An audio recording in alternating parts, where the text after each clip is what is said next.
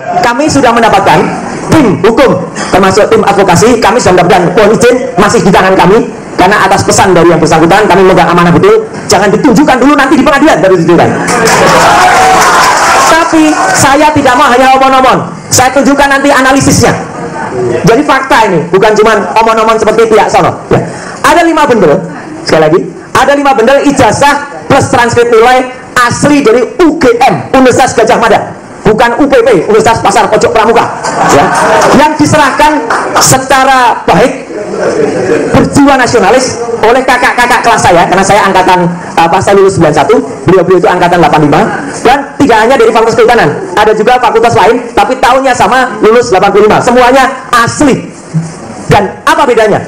Ternyata perbedaannya sangat tajam dengan yang disebut ijazah miliknya Joko Widodo. Apa ketajamannya? Ini baru saya katakan. Saya sedikit contoh saja pakai ijazah saya sedikit ya. Ini ijazah asli saya. Ya. Sebelah kanan kenapa bulat gitu? Ini nanti ada analisisnya, analisis era. Ini ijazah saya tahun 91, 6 tahun setelah ijazah 85. Yang pertama di sini kalau diperhatikan ada yang namanya watermark di seluruh bidang ijazah yang dicetak di kertas. Ada tulisan Universitas Gadjah Mada, Universitas Gadjah Mada. Jadi di situ ada tulisan Universitas Gadjah Mada, Universitas Gadjah Mada. Tidak ada di ijazah ini. Clear. Tidak ada. Jadi watermark itu penting sekali. Ya. Saya sampaikan bukti ini semacam yang disampaikan Dr. Tifa kemarin sore, ya. Tapi tetap saya dengan Dr. Tifa tidak atau belum menunjukkan yang lembar aslinya dulu, karena itu akan di pengadilan. Tapi kami menunjukkan analisis. Yang kedua, ada yang namanya emboss. Itu dikatakan juga di Raffi Harun oleh Dr. Tifa. Embossnya ada di mana? Nanti saya ceritakan embossnya. Jadi emboss itu ada logo Universitas Gadjah Mada, dan itu tidak bisa dibuat di Pasar Pramuka. Nggak mungkin. Ada emboss yang ada di situ, nembus sampai belakang. Yang ketiga, ada benang kertasnya. Jadi kertas ini genuine, ada benang kertasnya. Saya bisa tunjukkan di ijazah asli milik saya. Mohon maaf kalau Anda lihat nama saya kok tidak mirip ya. Kok di situ baca Suryo Udoro? Kan saya Suryo Noto Diprodjo. Iya, Bapak Ibu, saya mendapatkan pergantian nama dari Roy Suryo Udoro menjadi KRMP Roy Suryo Noto Diprodjo. Asli juga itu, ya. Dari Keraton Pakualaman. Keraton Pakualaman dan Keraton Jogja gelarnya tidak bisa dibeli, asli. Lain dengan seseorang dari Pasar Pramuka yang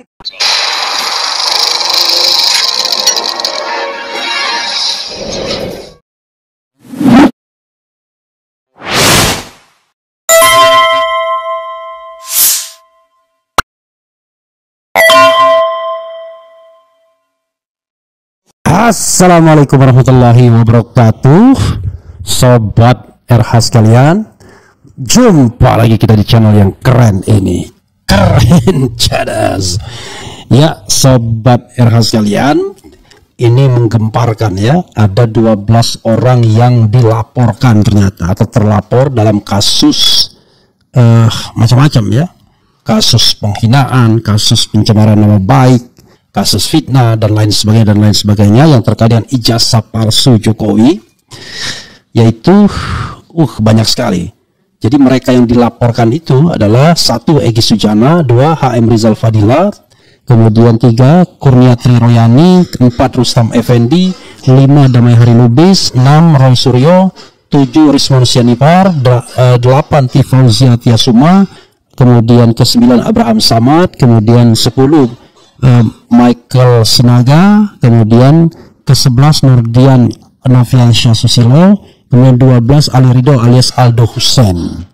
Jadi Ali Ridho ini babi Aldo ya. Oke, saudara sekalian, kita tidak tahu kenapa begitu banyak yang dilaporkan, karena pada sebelumnya yang terlapor itu kan cuma 5 saja dengan inisial RS, kemudian TT, ES dan K ya. Jadi RS itu Roy Suryo, Rismon Sianipar, Tifauzia Tiasuma, kemudian Egy Sujana dan Kurniatri Royani. Ternyata ada 7 lagi yang dilaporkan. Apakah yang dilaporkan ini ongoing untuk menjadi tersangka ataukah hanya sekedar dimintain keterangan, kita tidak tahu. Dan ini sobat era sekalian, ada SPDP ya, surat pemberitahuan dimulainya penyidikan.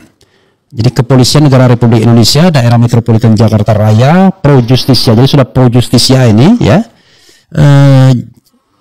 Yang kepada yang terhormat Kepala Kejaksaan Tinggi Daerah Khusus Jakarta di Jakarta, rujukan pasal 109 ayat 1 Undang-Undang 8 tahun 1981 tentang hukum acara pidana, Undang-Undang 2 tahun 2002 tentang Polri, laporan polisi nomor dan seterusnya, laporan polisi nomor dan seterusnya, laporan polisi nomor dan seterusnya, laporan polisi nomor dan seterusnya, surat perintah penyidikan lidik ya tanggal 14 Juli 2025 dan surat perintah tugas penyidikan tanggal 14 Juli 2025 juga. Sehubungan dengan rujukan di atas, diberitahukan kepada KA Kepala Kejaksaan ya bahwa pada tanggal 14 Juli 2025 kemarin ya telah dimulai penyidikan dugaan tindak pidana pencemaran nama baik dan atau fitnah dan atau menghasut orang lain untuk melakukan perbuatan pidana dan atau manipulasi penciptaan perubahan pengerusakan informasi elektronik yang dianggap seolah-olah data yang otentik dan atau mengubah, mengurangi, melakukan transmisi, merusak, memindahkan, menyembunyikan atau mengubah, mengurangi, melakukan transmisi, menyembunyikan suatu informasi elektronik milik orang lain dan atau pencemaran nama baik dalam bentuk informasi elektronik dan atau mendistribusikan atau mentransmisikan informasi elektronik yang sifatnya menghasut, mengajak atau mempengaruhi orang lain yang menimbulkan rasa kebencian atau permusuhan terhadap individu sebagaimana dimaksud pasal 310 KUHP dan atau pasal 311 KUHP dan atau pasal 160 KUHP dan atau pasal 35 jungto pasal 51 ayat 1 Undang-Undang nomor 11 tahun 2008 tentang informasi dan transaksi elektronik dan atau pasal 32 ayat 1 jungto pasal 48 ayat 1 Undang-Undang nomor 11 tahun 2008 tentang informasi dan transaksi elektronik dan atau pasal 27 A jungto pasal 45 ayat 4 dan atau pasal 28 ayat 2 Undang-Undang nomor 1 tahun 2024 tentang perubahan kedua atas Undang-Undang nomor 11 tahun 2008 tentang informasi dan transaksi elektronik yang diketahui terjadi di Jakarta Pusat pada tanggal 22 Januari 2025 yang diduga dilakukan oleh Egy Sujana, HM Rizal Fadila SH, Kurnia Tri Royani, Rustam Effendi, Damai Hari Lubis, KRMT Roy Suryo, Noto Diprojo, Rismon Hasiholan Sianipar, Tifauzia Tias Suma, Abraham Samad, Michael Benjamin Sinaga, Nurdin Noviansyah Susilo, Ali Ridho alias Aldo Hussein dan kawan-kawan. Oh, masih ada dan kawan-kawan. Padahal sudah disebutkan semua. 1, 2, 3, 4, 5, 6, 7, 8, 9, 10, 11, 12. Ini masih ada dan kawan-kawan ya. Demikian untuk menjadi maklum atas perhatian dan kerjasamanya diucapkan terima kasih atas nama Kepala Kepolisian Daerah Metro Jaya Direskrim Putu Kolis Aryana ya, Direktur Direskrimum ya, Direktur Reserse dan Kriminal Umum. Oke. Ya, saudara sekalian, ini ya ada banyak sekali yang dilaporkan dan masih ada kata-kata dan kawan-kawan. Dilaporkan dengan pasal apa? Pasal-pasal ini. Jadi saudara sekalian, apa yang ingin saya komentari? Di sini kalau kita lihat panggilannya, tempus delicti dan locus delicti itu jelas. Tanggal 22 Januari, ya, tanggal 22 Januari tahun 2025 di Jakarta Pusat. Pertanyaannya adalah kejadian apa tanggal 22 Januari tersebut? Agak mengherankan. Apa yang menjadi kejadian tanggal 22 Januari? Karena tempus delicti dan locus delictinya jelas nih. Nanti para terlapor ini kalau kemudian diperiksa, mereka ya tidak akan menjawab kalau mereka tidak terlibat atau tidak berada di situ, tidak berada di Jakarta Pusat pada tanggal 22 Januari. Ya, hati-hati. 22 Januari itu adalah lagu Iwan Fals. 22 Januari kita berjanji untuk saling mengerti apa yang di dalam hati ya, gitu. Jadi saudara sekalian, menarik. Apalagi yang menarik dari situ? Yang menarik dari situ adalah pasal yang dikenakan tidak semuanya berhubungan dengan ijazah palsu. Apalagi yang menarik? Pasal yang dikenakan ancaman hukumannya mulai dari terbilang 9 bulan sampai 12 tahun. Apalagi yang menarik? Tidak dicantumkan di sini pasal tentang pemberitaan bohong. Ya, yaitu pasal 282 ayat 3. Apalagi yang menarik? Yang menarik di sini banyak pasal-pasal yang sebenarnya sudah diinvalidasi oleh MK kalau mau dikenakan kepada mereka-mereka ini. Jadi terkesan memang memaksa atau dipaksakan ya kesannya Karena itu nanti akan kita lihat. Coba kita lihat satu persatu pasal-pasal yang dipersoalkan tersebut. Ya. Pasal 310 KUH pidana berbunyi, barang siapa sengaja merusak kehormatan atau nama baik seseorang dengan jalan menuduh, ya, secara lisan. Jadi ada tambahan secara lisan melalui putusan MK, dia melakukan sesuatu perbuatan dengan maksud yang nyata akan tersiarnya tuduhan itu, dihukum karena menista dengan hukuman penjara selama-lamanya cuma 9 bulan atau denda sebanyak-banyaknya 4.500. Tapi denda ini jangan diperhitungkan lagi karena sudah berubah angkanya. Kalau hal ini dilakukan dengan tulisan atau gambar yang disiarkan, dipertunjukkan pada umum atau ditempelkan, maka yang berbuat itu dihukum karena menista dengan tulisan dengan hukuman penjara selama-lamanya 1 tahun 4 bulan atau denda sebanyak-banyaknya 4.500. Jangan ditulis. Lalu ada juga ayat lain tuh, jangan dipotong tuh. Ayat lain yang mengatakan bahwa tidak merupakan pencemaran kalau dilakukan untuk kepentingan publik. Tolong nanti di share lagi ya semua pasal-pasal tersebut. Nanti saya akan balik lagi membacakan. 311 ini adalah KUH pidana, adalah pasal tentang fitnah, ya. Jadi pasal tentang fitnah. Jadi 310 pencemaran nama baik, 311 fitnah, pasal 160 KUHP tentang penghasutan, pasal 35 junto pasal 51 tentang pemalsuan dokumen, kurang lebih begitu. Pasal 32 menggunakan atau mengupload atau apapun tanpa izin, ya, dokumen. Kemudian dan ini kalau pasal 35 itu 12 tahun penjara, pasal 32 8 tahun penjara, pasal 27A junto pasal 45 Undang-Undang ITE itu yang terkait tadi Undang-Undang 11 2008 tentang ITE, ya. Yang pertama, kemudian 27A junto pasal 45 ayat 4 itu mengenai apa istilahnya? Mengenai pencemaran nama baik juga, ya, menyerang kehormatan, itu pasal 2 tahun penjara, dan pasal 28 ayat 2 Undang-Undang 1 2024 mengenai ujaran kebencian itu 6 tahun penjara. Jadi yang dikenakan adalah pasal pencemaran nama baik, kemudian dengan lisan, kemudian pasal fitnah, pasal pemalsuan dokumen, kemudian pasal mengupload atau menggunakan dokumen tanpa izin, kemudian pasal yang terkait dengan menyerang kehormatan, ya, melalui dokumen elektronik, kemudian yang terakhir pasal tentang ujaran kebencian. Tidak ada berita bohong. Menarik, ya kan? Jadi sobat era sekalian, nggak tahu kenapa tidak ada yang berita bohong. Jangan lupa Gus Nur dan Bambang Tri awalnya itu dituntut dengan pasal-pasal di Undang-Undang 1 1946, yaitu pasal 14 ayat 1, pasal 14 ayat 2, dan pasal 15.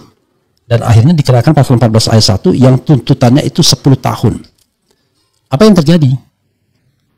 Soal berita bohong ini dianulir di Pengadilan Tinggi dan Mahkamah Agung menjadi ujaran kebencian.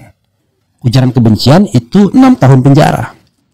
Sehingga Gus Nur yang tadinya kena 6 tahun dengan pasal dengan tuntutan 10 tahun menjadi hanya kena 4 tahun karena dikenakan pasal yang tuntutannya 6 tahun.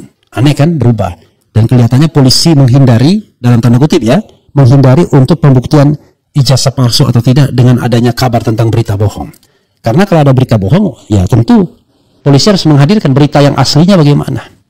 Tapi kalau misalnya pasalnya itu ujaran kebencian, nggak ada kaitannya dengan ijazah atau tidak. Pokoknya ada ujaran kebencian. Apa ujaran kebenciannya nanti dilihatkan, ya kan? Kemudian apalagi misalnya ujaran kebencian, pasal tentang penghasutan nggak perlu pakai ijazah. Nah, pasal tentang pencemaran nama baik, nanti lihat juga apakah pakai ijazah atau tidak. Jadi sobat sekalian, ini halus sekali mainnya, ya. Intinya adalah polisi menghindari untuk pembuktian mengenai ijazah itu. Karena itu tidak digunakan pasal berita bohong. Padahal sebelumnya masih digunakan pasal tentang berita bohong dalam panggilan sebelumnya. Dalam panggilan ini, dalam laporan dimulainya penyidikan ini tidak ada pasal tentang berita bohong. Canggih, ya. Ini mohon maaf ya, Pak Polisi, ya. Kita harus menegakkan kebenaran, bukan mencari kebenaran, ya.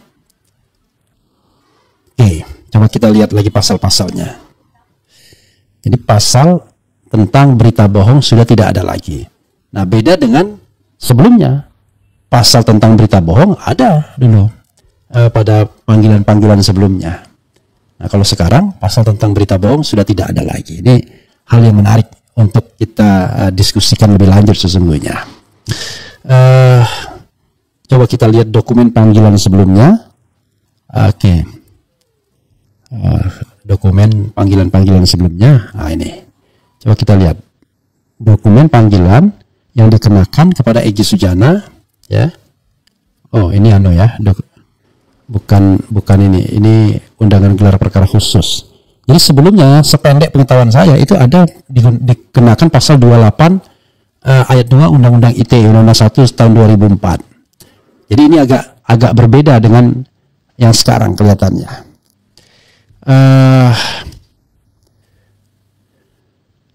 Respon coba kita. Jadi sobat era sekalian, dan rupanya Rismon mau melaporkan Jokowi besok dan lapor penipuan 378 KUHP, kemudian yang pemberitaan bohong ya. Oke, nanti kita lihat ya. Oke, nanti kita lihat. Begitu saudara sekalian ya. Ada Abraham Samad. Yang menarik adalah ada nama-nama yang selama ini tidak pernah diperiksa atau tidak pernah diklarifikasi, yaitu Abraham Samad. Abraham Samad bahkan mengatakan dia tidak pernah mendapatkan undangan klarifikasi. Ternyata ada dia sebagai pihak yang terlapor. Kita tidak tahu kejadian tanggal 22 Januari itu ada apa ya. Karena itu tempus dan locus delictinya sudah jelas. Oke, saudara sekalian, coba kita bacakan komentar sobat Bung Refli, tolong blokir akun judol, tolong ya, di blokir tuh akun judol itu ya.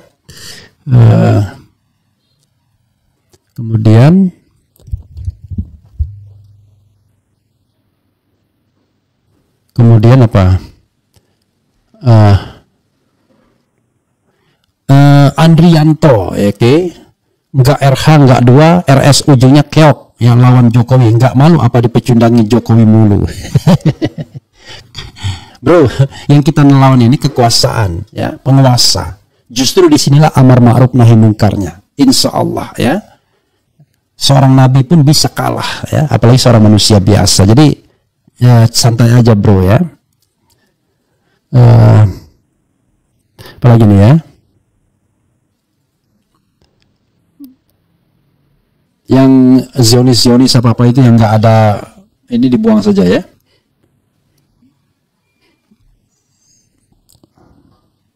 Kemudian bar es krim tidak mengayomi masyarakat adalah menyembunyikan fakta penguasa dengan barang bukti fotokopi, kan lucu wakakakak. Kemudian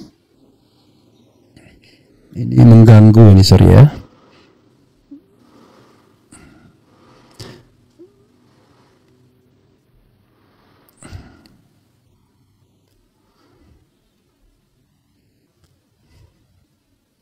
Lagi ya. JKW akan menunjukkan ijazahnya di pengadilan, sedangkan pengadilan no di sisi lain, semua dilaporkan borongan, sen kanan balok kiri ya. Kemudian buzzer Jokowi kalah narasi menyerang lewat spam judol. Apalagi nih, ijazah yang dituntut kok tema ditukar pula dengan pencemaran nama baik. Tunjukkan saja ijazahnya, tak punya ngaku aja kok malah penjarakan orang yang tidak pernah korupsi. Jokowi sudah jelas korupsi kok tak peduli. Oke. Kenapa ijazah belum terbukti sudah mau dikriminalisasi? Bukankah di antara mereka ada advokat yang dilindungi oleh undang-undang? Parah nih rezim. Ya, yang advokat itu Egy Sujana dan Kurnia Triroyani serta Abraham Samad. Lucu ya, padahal Abraham Samad nyata-nyata adalah advokatnya ini. Bahkan sering sekali memberikan apa semacam konsultasi dan fasilitasi untuk rapat dan lain sebagainya. Status barangnya belum jelas ori atau KW, bagaimana bisa kena pasal fitnah pencemaran, face blue smiling ya. Setiap ada sidang namanya ijazah tidak pernah hadir. Penyakit bangsa ini sumbernya dari Wercok. Saatnya dinasti Mulyono ditumbangkan. Rakyat rugi bayar pajak yang untuk biaya aparat hukum yang tidak bertindak adil. Kemudian sama seperti kasus Bambang Tri digeser pasal-pasalnya, itu yang namanya memindahkan gawang ya. Bahas dong Riza Khalid ya, nanti kita bahas ya. Brian Ajat ya, mudah-mudahan yang nonton banyak ya kalau kita bahas Riza Khalid. Jokowi dan kepolisian brengsek, mereka tidak ada keadilan dan kesetaraan hukum di negeri kita. Isnan Ansari. Pembuktian ijazah akan dihindari karena harus ada bukti dan uji forensik yang tentu bisa merepotkan. Kemudian tampaknya bagi mereka ini bukan lagi urusan benar atau salah. Bagi mereka semua ini adalah tentang ego, menunjukkan bahwa mereka masih punya kuasa.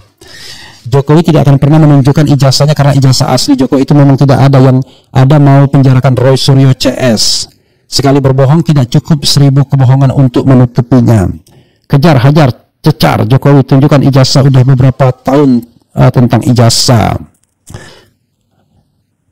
Udah pada sinting bin ODGJ suka-suka aja. UGM jurusan teknologi kayu apa ada, berarti Jokowi menyebar kabar bohong dan undang-undang ITE. Kemudian bubarkan saja Bareskrim yang dibina oleh si Tahir dengan nama asli Ang Chong Ming. Polisi curang, bukannya penjarakan Jokowi pendusta, malah menuduh putra-putri terbaik aset negara tukang fitnah suka-suka mereka. Saya bilang apa, tim Jokowi dan oligarki saya akui cerdas bikin skenario tapi gak ada moral. Kemudian apapun terserah Refli Harun lah, kayaknya benar tapi nggak tahu deh, tetapi percaya polisi, tetap percaya polisi ya, nggak apa-apa. Ya, jadi banyak sekali ya komentarnya saudara sekalian. Jadi pasal-pasal yang dikenakan itu kita lihat lagi ya. Jadi sebelumnya pasal yang dikenakan itu pasal-pasal, ada pasal tentang pemberitaan bohongnya, tapi sekarang sudah nggak ada lagi kelihatannya ya. Yang ada adalah, nah ini ya, undangan klarifikasi Rismon. Coba kita lihat. Nih. Kalau yang sepanjang saya itu ada itu pasalnya. Oh bukan ini ya.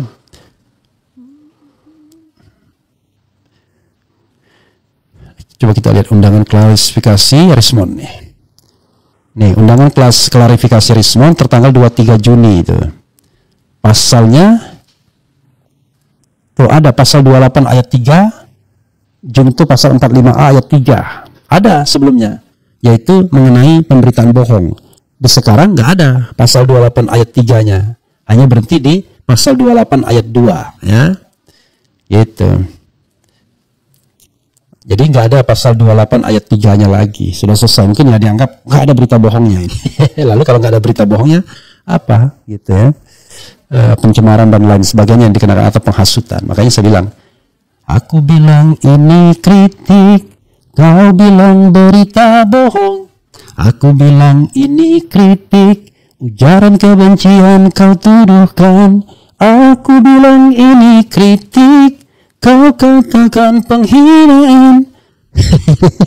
Jadi saudara sekalian, kita bilang ini kritik, dia bilang berita bohong.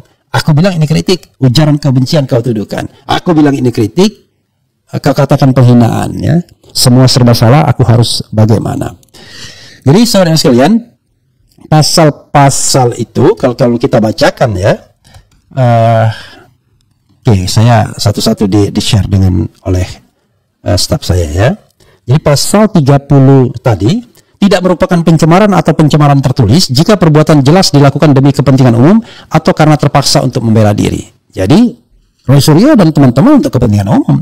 Ada pasal 311, jika yang melakukan kejahatan pencemaran atau pencemaran tertulis dibolehkan untuk membuktikan apa yang dituduhkan itu benar, tidak membuktikannya, dan tuduhan dilakukan bertentangan dengan apa yang diketahui, maka dia diancam melakukan fitnah dengan pidana penjara paling lama 4 tahun. Oh, rupanya 4 tahun langsung naik ya. Oke, itu pasal 310, 311 KUHP tentang pencemaran nama baik dan fitnah. Pasal 160 KUHP ya, itu bunyinya adalah barang siapa di muka umum dengan lisan atau dengan tulisan menghasut supaya melakukan sesuatu perbuatan yang dapat dihukum, melawan pada kekuasaan umum dengan kekerasan atau supaya jangan mau menurut peraturan undang-undang atau perintah yang sah yang diberikan menurut peraturan undang-undang, dihukum penjara selama-lamanya 6 tahun atau denda sebanyak-banyaknya 4.500. Jelas di sini sudah diubah juga oleh MK yang mengatakan bahwa ini delik material bukan delik formil. Artinya kalau kita mengatakan orang menghasut, harus ada yang terhasut dan tindak pidana yang dia lakukan. Kalau nggak ada, nggak bisa pasal ini diterapkan. Kemudian pasal 35 yang paling bahaya. Setiap orang dengan sengaja dan tanpa hak atau melawan hukum melakukan manipulasi, penciptaan, perubahan, penghilangan, pengerusakan informasi elektronik dan atau dokumen elektronik dengan tujuan agar informasi elektronik dan atau dokumen elektronik tersebut dianggap seolah-olah data yang otentik. Seolah-olah data yang otentik. Pertanyaannya adalah, kapan Roy Suryo melakukan seolah-olah data yang otentik? Itu kan justru yang memproduksi ijazah Jokowi justru. Entah siapa orangnya, kalau seandainya ijazah itu nggak benar, ya kan? Kemudian, dan hukumannya adalah penjara 12 tahun, ya. Kemudian pasal, apalagi ya, itu 12 tahun tuh nggak tanggung-tanggung. Kemudian, ada juga misalnya pasal 32 ayat 1, ya. Pasal 32 itu mengatakan pasal 32 belum ada ya. Pasal 32 itu intinya adalah pasal yang menyatakan menggunakan dokumen tanpa izin dan itu kenanya 8 tahun. Lalu pasal 27A Undang-Undang ITE, setiap orang dengan sengaja dan tanpa hak mendistribusikan dan atau mentransmisikan informasi elektronik dan atau dokumen elektronik yang berisi fitnah, pencemaran nama baik atau penistaan yang maksud untuk diketahui oleh umum dapat dipidana. Pidananya adalah 4 tahun dan atau denda paling banyak 750 juta. Pasal 27A Undang-Undang ITE, tetapi ini diubah bukan 4 tahun kalau tidak salah 2 tahun. Nanti kita lihatlah ya, kita perbaiki cara mengutip undang-undangnya ya, jangan sampai keliru ya. Undang-Undang ITE itu ada Undang-Undang 1 2024, ada Undang-Undang 11 tahun 2008. Jadi harus lihat ya. Jadi yang dikenakan sekali lagi saudara sekalian, pasal 310, pasal 311 dan pasal 160 KUHP, Kitab Undang-Undang Hukum Pidana. Kemudian pasal 35 jungto itu terkait ya, jungtonya itu 51 ayat 1 dan pasal 32 ayat 1 jungto pasal 48 ayat 1 Undang-Undang 11 2008. Jadi Undang-Undang ITE pertama. Nah, lalu kemudian pasal 27A jungto pasal 45 ayat 4 dan 28 ayat 2 Undang-Undang 1 2024 tentang perubahan kedua Undang-Undang ITE. Jadi sudah bukan 4 tahun lagi tapi cuma 2 tahun kalau untuk pasal 27A-nya. Tapi apapun itu menarik ya untuk kemudian melihat bahwa kok tidak ada tentang penyebaran berita bohong. Ini menarik. Ini little bit tricky. Why tidak ada penyebaran berita bohong? Ya, I don't know exactly why. Pokoknya yang jelas tidak ada yang namanya delik melakukan penyebaran berita bohong. Kita tidak tahu apa istilahnya, apa pertimbangannya ya. Kok delik tentang berita bohong ini tidak ada. Begitu sobat era sekalian ya. Sekali lagi di sini ada Abraham Samad yang juga dijadikan terlapor dan ada Babe Aldo juga jadi terlapor dan kelihatannya ada 2 YouTuber yang juga dijadikan terlapor. Babe Aldo YouTuber juga sesungguhnya. Jadi sepertinya ada YouTuber Pian ya. Sepertinya ada terjadi dilaporkan juga ya. Oke, saudara sekalian, mudah-mudahan itu memberikan informasi. Sekali lagi nanti kita akan kutip pasal-pasal yang benarnya ya. Mudah-mudahan ini memberikan informasi di awal mengenai hal-hal yang perlu kita ketahui, saudara sekalian. Dan nanti setelah ini saya akan membahas mengenai Rismon Sianipar itu mengadukan Presiden Jokowi ke Polda DIY. Nekat kali dia. Wassalamualaikum warahmatullahi wabarakatuh. Keren, cadas. Cia.